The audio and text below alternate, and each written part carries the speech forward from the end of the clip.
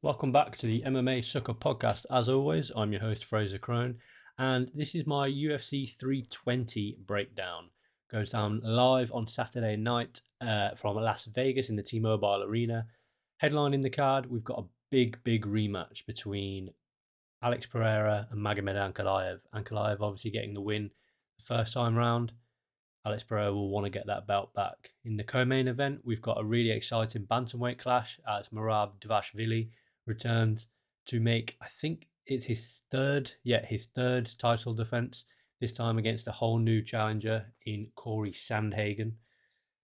The third sort of big fight on the card is between Jiri Prochazka and Khalil Roundtree Jr.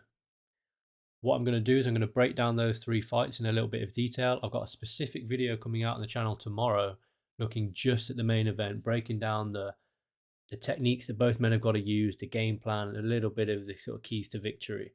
So I'm not going to go into too much detail on the main event, but then I'm going to give some picks for the entire card. That's what I'm going to start to try and do for pay-per-view events. So first things first, the main event, the rematch between Jiri Prochazka. Nope, it's not Jiri Prochazka. Between Alex Pereira, a man who's beaten Jiri Prochazka, and Magomed Ankalaev. I think this fight is huge for the division because you've got a lot of guys. I'm recording this before the UFC Perth main event between Carlos Ulberg and Dominic Reyes, but you've got the winner of that potentially in the title picture. You've got the winner of Khalil Roundtree versus Jiri Prochazka potentially in the title picture. They all depend on who wins this fight because for me, there's not a massive appetite for Alex. If let's say Alex Pereira wins this fight, there's not a big appetite to see him versus Khalil Roundtree too without Khalil winning another fight. I don't think there's a massive appetite to see him beat Jiri Prochazka for a third time or face Jiri Prochazka for a third time. Carlos Ulberg and Dominic Reyes are both interesting. None of them have had a title shot before, so that does make a little bit more sense. But realistically, it's all about this fight. Alex Pereira versus Magomed Ankalaev. The first fight played out. I don't think a lot of people expected it to play out the way that it did. Alex Pereira, been on a tear at light heavyweight, knocking out the likes of Jamal Hill, Jiri Prochazka, Khalil Roundtree, and then he ran into Magomed Ankalaev, who, in my opinion, hadn't had the best run to the title. Like the sort of Johnny Walkers and the Volkan Ozdemirs and the big Austrian Alexander Rakic, probably not the best fights to prepare yourself for the elite of the division. And yet he flipped the script on what a lot of people thought might be another win for Alex Pereira.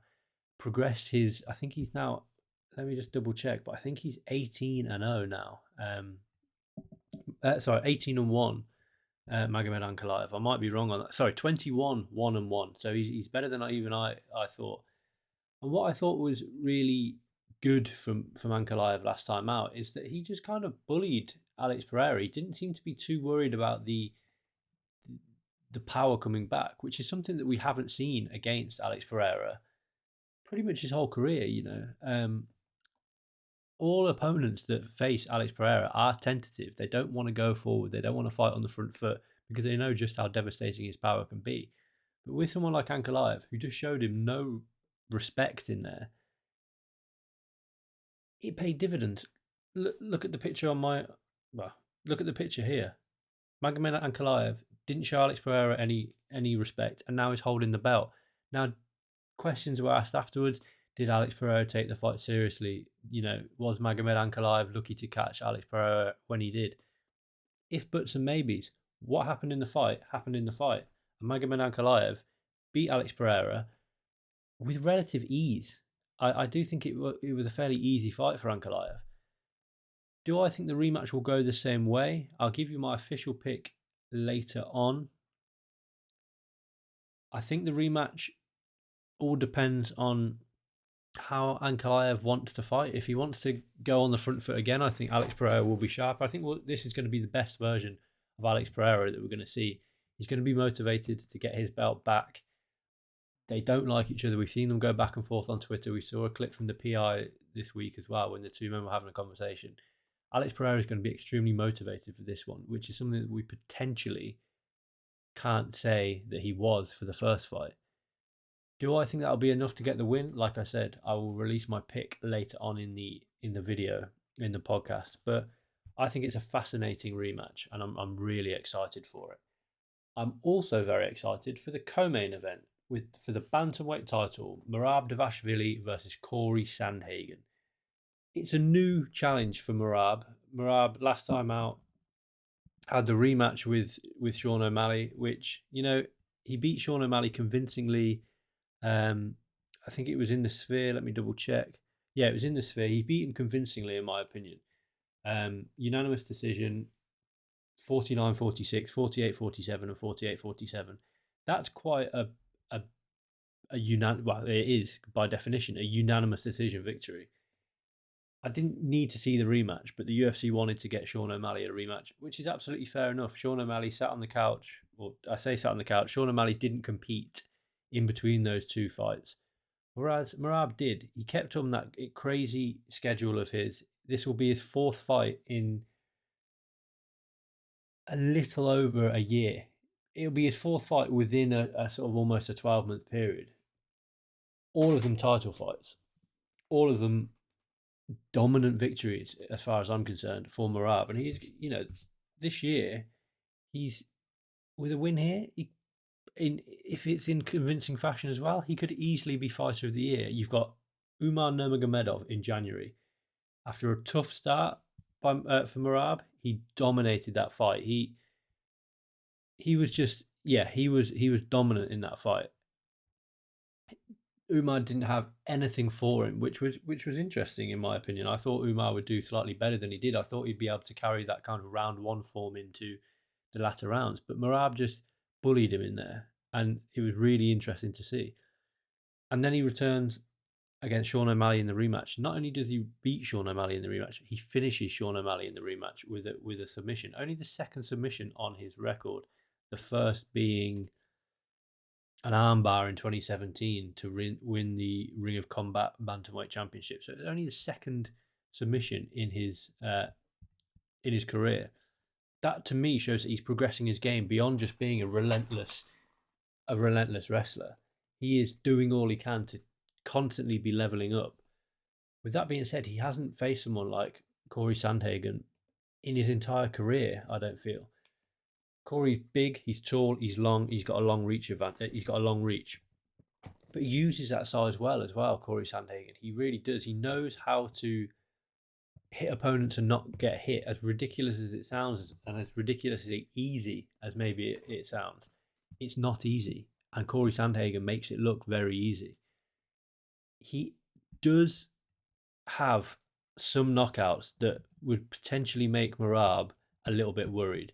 He's got a flying knee knockout. That is a knockout that, if I'm a wrestler, I'm a little bit concerned, because I know that he's got that in his arsenal. I need to just double check who that was against, because I cannot. Frankie Edgar, of course it was. Yeah, Frankie Edgar. He knocked Frankie Edgar out with a flying knee as Frankie was dipping in. Now, Merab shoots for more takedowns than anyone in UFC history. I think he shot for 51. He shot for 51 takedowns in his last 5 fights, or something like that. Or 55 takedowns in his last 5 fights, or something along those lines. I believe that Cory can catch him with a flying knee. Can he knock him out? Who knows? But if Cory is active with throwing shots up the middle, the teep kick up the middle, the uppercuts, the knees, all things that Cory Sandhagen has got in his locker, I think we could see Merab wobble in this one. And we've seen Merab hurt a lot of times before, and we've seen him just walk through and continue fighting and win the fight. Can Cory Sandhagen catch Merab? I do think he can. Can he finish Merab? I'm not sure. But what I am sure about is that Merab takes Cory Sandhagen down with relative ease in this one. Cory was taken down twice by Devison Figueiredo in his last fight. That was in May of this year. He was taken down twice by Figueiredo, who is a former flyweight. He was taken down 5 times the fight before against Umar Nurmagomedov across 5 rounds. He did have pretty good takedown defense in that one, despite being taken down 5 times. but he was still taken down 5 times. If Merab gets you down, he doesn't let you get back up. And if you do get back up, he takes you down again and takes you down again and takes you down again. He was taken down by Rob Font, not taken down by Marlon Vera, and that's not really a surprise. Taken down twice by Song Yadong, and then he wasn't taken down by Petr Yan, again, not really a surprise. And he was taken down a couple of times by TJ Dillashaw. Again, though, showed good takedown defense in that one. Again, I'm not going to release my pick yet. I'll do it at the end of the show, end of the podcast. But I do think that this is going to be potentially a long night for Cory Sandhagen if he can't keep Merab off him. On paper, he only has a 2-inch reach advantage, but he's also 5 inches taller, so which accentuates that reach advantage of his. Do I believe he can go 5 hard rounds? Absolutely. I think Cory Sandhagen is going to come into this with a full faith that he can beat Merab, that he can stop Merab. Do I think that he does stop Merab? Like I said, I'll release that later on in the podcast. Moving on to possibly the fight that I'm most excited for on the whole card.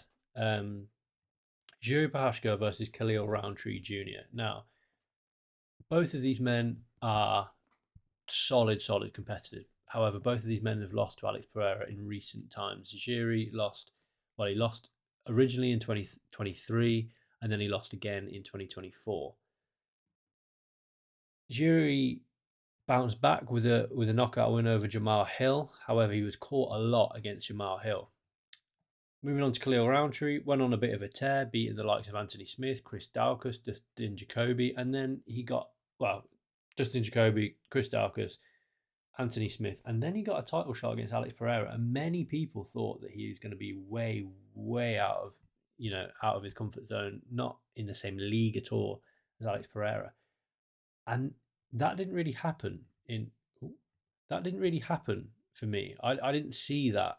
I saw Khalil Roundtree being extremely competitive for the time that he was in the octagon. He did get finished in that 4th round. It was a good stoppage. But I didn't see him he didn't look out of place. He didn't look like he didn't belong in there with Alex Pereira. I think that was massive.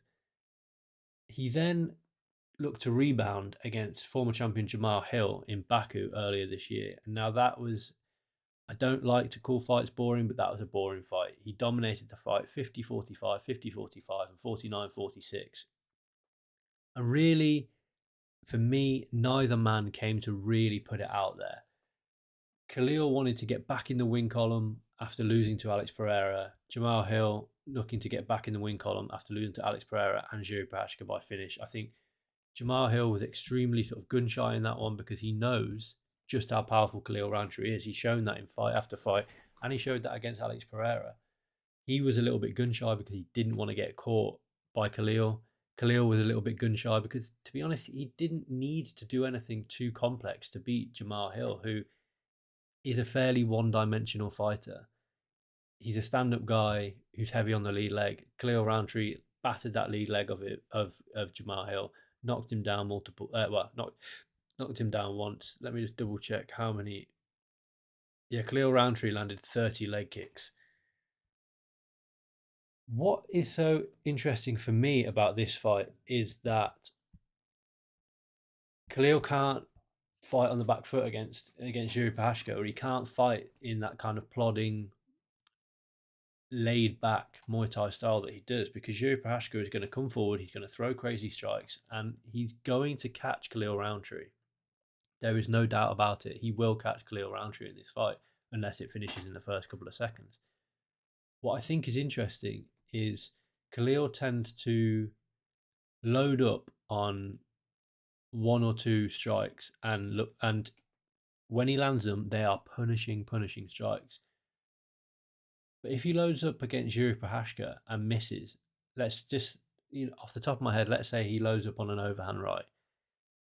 If he misses against Jiri Prochazka, it's not like Jamal Hill, where Jamal Hill will maybe look to land a standard, straight of his own, or, will look to push Khalil Roundtree away and create a little bit of distance. Jiri Prochazka will look to land a spinning elbow off a missed overhand, or he will look to do something crazy and something unprecedented So Khalil Rountree has to be careful about loading up in this fight because Yuri Prochazka will not react the same way as I'd probably say any other fighter on the roster, which is what makes him such an intriguing, exciting fighter. I'm really excited for this one. I really am. It's such a shame that this is only a 3-round fight and not a 5-round main event somewhere. I think the reason that it isn't is because they need a backup for the main event just in case something happens to one of the guys in the main event. It is what it is. It packs out this pay-per-view and it's a fantastic, fantastic fight. Like with the first two fights, I will give my pick in a second because I am now going to move on to my UFC 320 picks. Hold tight with the order that these go because I have just got it off Tapology for now. I know this is not the official order of the fights. I've got a screenshot off Tapology of the fights on the card. I'm just going to go from bottom of what Tapology say to the top, and I'm going to give my pick, and maybe I'll give a method as well. So kicking off the picks, I'm picking Puna Soriano by knockout. I'm then going, this is an intriguing one. I'm going to go Daniel Santos by decision. Another intriguing one. Patchy Mix welcoming, I believe he's the Octagon champion, Jacob Willax. I can't pronounce his name. Let's call him Jacob. This is an intriguing one for me because on paper, I'm picking, on paper at the beginning of this year, I'm picking Patchy Mix all day, every day. I thought Patchy Mix was the next contender for the title. But then he looked absolutely dreadful in his UFC debut. He looked like the moment he had allowed the moment to get to him. Was there a little bit of sort of ring rust in there, having not competed for a year? Possibly, but against Mario Bautista, he didn't look like the Patchy Mix that we've seen in fighting for Bellator, who is a former Bellator bantamweight champion. Again, I'm not going to try and pronounce his name because I will butcher it, but Jacob is he's not the Octagon, he's the former KSW champion who comes to fight. He's got 3 losses on his record. His most recent loss he avenged in a draw, and then most recently he competed in June of last year and got the guillotine choke.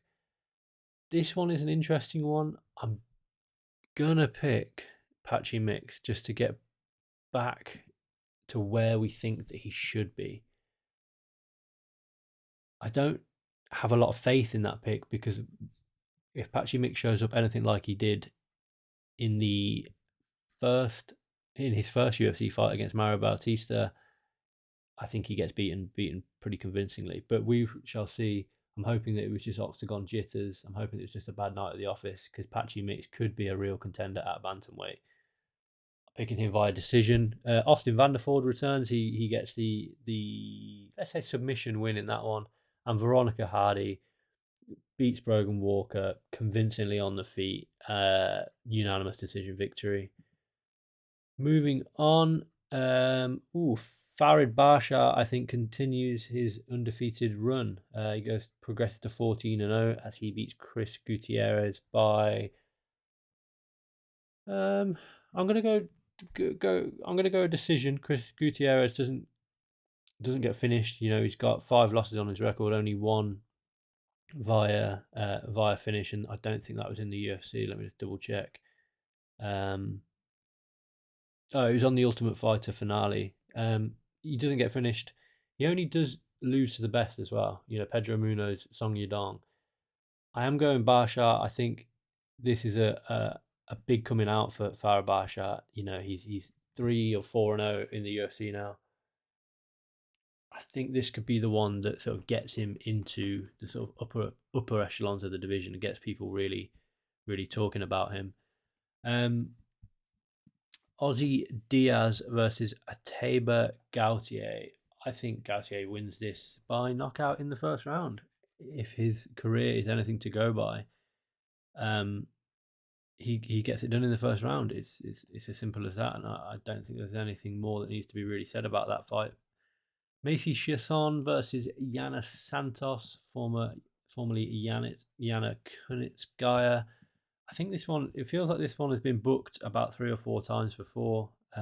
Just having a quick look down. No, it's only been booked once before, and Chiasson withdrew. This is a tough one. Macy looking to return after losing to Ketlin Vieira in May. Yana Santos beat Misha Tate in May. Was that on the same card? No, it wasn't. So this is a difficult one. I mean, quite frankly, I've got no faith that Macy Chiasson can actually make the walk. She doesn't compete. She's got a history of pulling out or having her opponents pull out a lot in the UFC. I'll go Macy Chiasson by give me a by submission in the second round. Why not? Why not? And the top of this this portion of the card, Josh Emmett versus Yusuf Zalal. This is a great fight, and it was made on fairly short notice. I think we only had this one announced within the past kind of month, I think. But let's have a look at. I mean, Yusuf Zalal. He was in the UFC. I believe he was then cut from the UFC, and then he's come back to the UFC, and he's. I mean, he's made it his mission to stay in the UFC, and quite frankly, he's doing a very, very good job of it. He re-debuted, shall we say, against Billy Q. I remember that was a rear naked choke win. I know he's got a submission over Jack Shaw, and obviously he beat Calvin Kattar last time out. Josh Emmett, I think it's tough for Josh Emmett because he is one of the most respected men in the featherweight division, I believe. But he's had a tough career. He really has. Let's not forget he got his face broken by Jeremy Stevens all those years ago. Then he went on a tear and got the I think it was an interim title shot against Yair Rodriguez. Lost that. He went 5 rounds with Ilia Topuria at featherweight when Ilia was himself, on a tear. Did Topuria get a title shot off the back of that? He did. Topuria, I believe, beat Josh Emmett and then beat Volkanovski, Max Holloway, and Charles Oliveira. So, I mean, if losses can age well, that's a fantastic loss to take for Josh Emmett to go 5 rounds with Ilia Topuria and not get finished. He then obviously sent Bryce Mitchell to the Shadow Realm. Last time out, he went 5 hard rounds with Lerone Murphy, who's likely to get a title shot off the back of a win against Josh Emmett. So that kind of shows how well respected Josh Emmett is. With that being said, he is on the sort of older side of things. He's 40 years old, Josh Emmett. This is a really tough one. I think this is going to be a really interesting fight. I'm gonna pick Josh Emmett by split decision. I think it's a really interesting fight. I really do. I think that it's the kind of fight where Yusuf Zalal is maybe going to be on top. Josh Emmett catches him with one of his big overhands, and then maybe uses the wrestling to just kind of control Zalal for that final round, and maybe just sort of wrestle that final round away. I think Zalal starts quicker than Emmett. I think Emmett finishes better than Zalal. I'm really intrigued by that fight. That's a really fun fight at featherweight. And last but not least, let's look at the sort of main portion of the card here. We've got, I don't know, I think Josh Emmett and Yusuf Zalal might be opening up the main card. But for some reason, I covered up Cory Sandhagen's name with his UFC record of 11-4. But starting off, Jiri Prochazka versus Khalil Roundtree Jr. I'm going to go with a Khalil Roundtree Jr. second round knockout.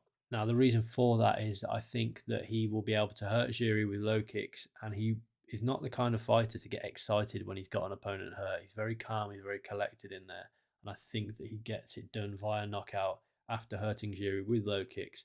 I think he then goes upstairs and knocks Jiri Prochazka out in the second round. I don't think he knocks him out cold. I think it'll be a TKO. Joe Pfeiffer is on a main card in 2025, and this is a problem for me. He's facing Abbas Magomedov, who is on the main card in 2025, and which is a problem for me. I don't know what Joe Pfeiffer has on anybody at the UFC, but I just don't see what other people see with Joe Pfeiffer. I don't think he's he's a very good fighter.